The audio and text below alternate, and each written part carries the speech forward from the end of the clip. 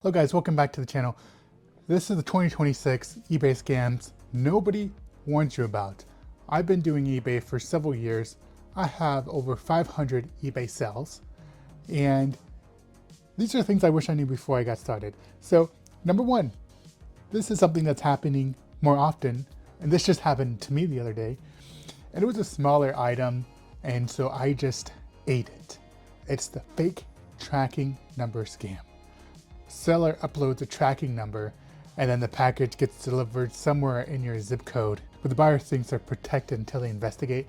More often than not, as somebody that, and I buy a lot of stuff too, they'll send it to a fake address, say it's delivered, and then eBay has gotten my money back on that, but it hasn't happened recently.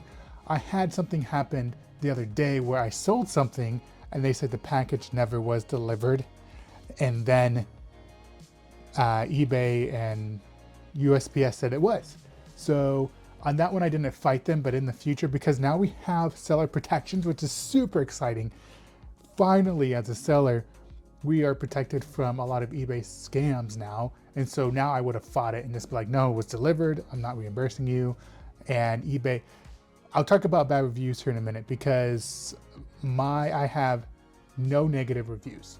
And if you want me to show you guys how to have an eBay account with no negative reviews, I don't have any neutral reviews or any of that, just all good reviews.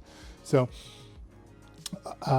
in the future, if this happens to you and they said, oh, I didn't get my package, or it is delivered, do not give them back their money. And then eBay, you can fight getting rid of their negative reviews.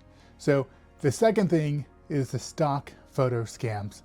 Listing uses perfect stock images. The actual item arrives damaged, altered, and so you want to always ask for the real photos.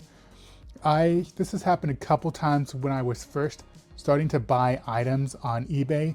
The biggest thing that happens is if I see a seller with only a couple reviews, then I tend to now stay away from it.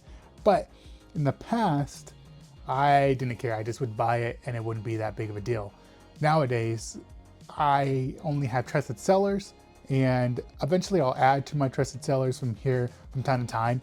But for me, if it's not a trusted seller, like I get my deodorant from eBay from somebody that I trust. So I can't get, and a lot of people, they hate people that sell on eBay. I don't try to scalp or anything. I just try to give market value prices. And I appreciate people that my deodorant I can't get anywhere except eBay. So it's something that I do appreciate for people helping me out as well. So this is something that this never has happened to me, because I was always scared to buy an expensive ETB online till recently, till I knew what I was looking for. So we sell Pokemon and TCG products. They're starting to do this with One Piece as well. So they will seal it with rocks and things of that nature to make it feel heavy, and then they'll get fake plastic. So if it's not a verified seller, somebody you haven't trusted, like you can buy anything from me and everything that I sell is verified, otherwise I don't sell it.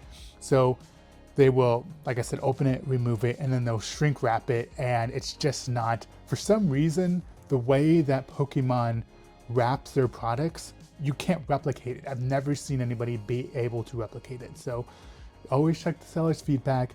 Don't get caught in this. If you have any hesitation, when in doubt, don't do it. Like your parents used to say. So counterfeit cards, fake Pokemon, One Piece, they're everywhere. So a lot of the things you want to look for is, if you're about to spend, when it comes to cheaper cards, it's not the end of the world, but I would find two examples of the real one online and then compare it to the fake one. I would tend to do this with anybody that you don't trust, as far as if you haven't bought from them before. I mean, cards are getting expensive, so I do this with any card that I'm getting if it's a new buyer. We have graded card swap scam. So one thing I started noticing people do is start to fake PSA cards. And so always verify that the card has a PSA at the bottom. And with Beckett, they changed their logo on the back, and it's a brand new for this year for Beckett. So just make sure it's the same if you're unsure. And it's sad you have to do this with, that's why I just go to trusted buyers that I know. That way I don't have to do this every time. But an expensive card is going to get authenticated anyways, but it's like lesser tier cards under, I think it's under 250 that they have to authenticate. And then the too good to be true deals. We've all seen these. These are huge, huge red flags. And I've won a $1,000 card listed for $100. They're most recently doing this with Gengar. And it's hard for even me to tell whether or not the Gengar is fake or not. So I'm hoping that PSA, I'm sure once you hold it and once you put on the black light, I'm sure there's some difference that you can tell. But without holding the two Gengars, I should buy one and compare the fake one to the real one. We have some, I believe I put some examples in here on this. So do not get faked out. If it's too good to be true, usually they'll have a 1-star review and I would just skip it unless it's like a bid. Empty box scam. What you think you're buying into what you're actually, which I already gone over. They'll shrink wrap it and then they'll sell the box. And then you actually have people that sell boxes of the ETBs. So beware of that. And they'll clearly list it. They'll put a fake at the top, not a fake, but they'll say, hey, it's in a Heroes ETB box. But then if you read the description, they'll say empty. So they try to get you. And then the return fraud. Scammers take advantage of return item. This happened to me and I almost gave in, but thankfully because of the buyer's protection. So here's what happened.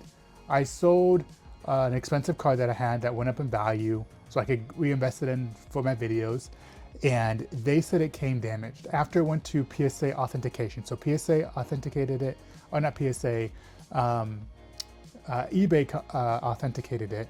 I emailed them, I texted them, I'm like, hey, they took a picture of it, and AI can easily be like, hey, put some scratches on this card for me, and they wanted me to give them $200, or else they would report me, or it was like a threat. And I was like, I'm sorry it came that way. I had nothing to do with this. You have to take this up with eBay, because when I shipped it, it was in perfect condition, and I always have before and after pictures of the card. And so eBay authenticated it, and as soon as it's authenticated, your hands are clean. No, nothing. Don't give them a cent more. We're not trying to be greedy here, but like, it looks like they purposely damaged the card, and what they were going to do was crack it and then sell it raw or resubmit it, because I sell Beckett cards sometimes, and they'll get a higher card if you send them into PSA, and so they'll crack it, try to get more money off of you, and it's huge fraud. Thankfully, we have some protection. So shill bidding. So scammers inflate prices. So be aware of this. You have the real buyer, then you have some fake bidders trying to upbid the prices on this. eBay, thankfully though, is cracking down on this. They are, it's against their policy, and if they find out they're doing this, they will ban you. So you cannot have, I'm saying do everything up front. Don't have two accounts to try to upsell your bids, but be aware of that. I'm sure you could be in 2 different locations and somebody could be doing that and just mess up the whole thing. But I'm telling you guys, it's not worth your eBay account. It's not worth your reputation. Don't do this. And then you have fake autographs. Certificates can be forged. I would be wary of this if it has, that's one thing that PSA does fairly well. Things can be, can miss things, but they've done a very good job with their autographs. And so just be careful of that. If their certificate of authenticity is not from somebody you trust, signatures are forged all the time. And so just be very wary of that. I'm going to show you guys some things to do that you guys can protect yourselves from all these. So feedback, manipulations, check recent feedbacks on sellers as well. And one way that you can get feedback is if you stayed all this way, this is some good info. If you want good feedback, buy stuff from other people, give them feedback, and they'll give you feedback if you're a good seller, a good buyer. One thing you can do to get, people are against scalping, but if you need to get your eBay account going, get some Ascended Heroes or some nice product and put it out there for a fair deal. And then there's also one trick you could do that has boosted my eBay account, because I'm always fair with my pricing and I always try to help out people. So the off-platform scams. So seller ask you to do a backwards deal off of eBay. Hey, hit me up at this account. This is very, very rare, but it does happen. Like, hey, can you message me here? Can you give me money here? Or I'll send you a better deal over here. Never go off eBay's platform, as tempting as it is to make a deal. So let's protect yourself. This is the safety net. This is what is our safety net as a seller, even as a buyer, but is the eBay authentication. And a lot of people have hesitancy with it, but it has helped me as somebody who has always been upfront with my stuff and always have bought things that are real and sent things that are real. They've always authenticated my stuff very well. eBay has made it harder for buyers to return things, especially if it's been to authentication. It's happened to me. It's crazy. Like when they released the new policy, I rarely get somebody to return items, but after the policy was released, there's 5 people trying to return things. I have in the past and they automatically grant it. eBay shut it down. It was one of the best feelings that they are now protecting us as buyers or as sellers.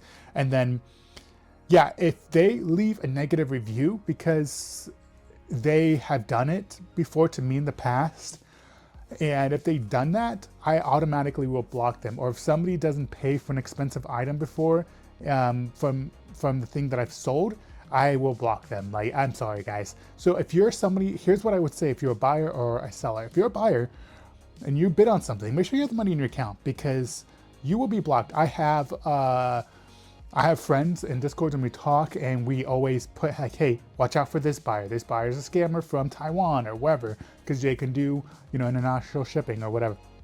And watch out for this person. So if you do something shady on the platform at eBay, like especially if you don't pay on time, if you're a hassle, a lot of people have networks and we just put you on this network and we'll just like, hey, do not block this person, do not buy from them because do not sell to them, do not let them buy on your platform because they're just too much to deal with. And there's so many buyers out there internationally and everywhere. So yeah, protect yourself, guys.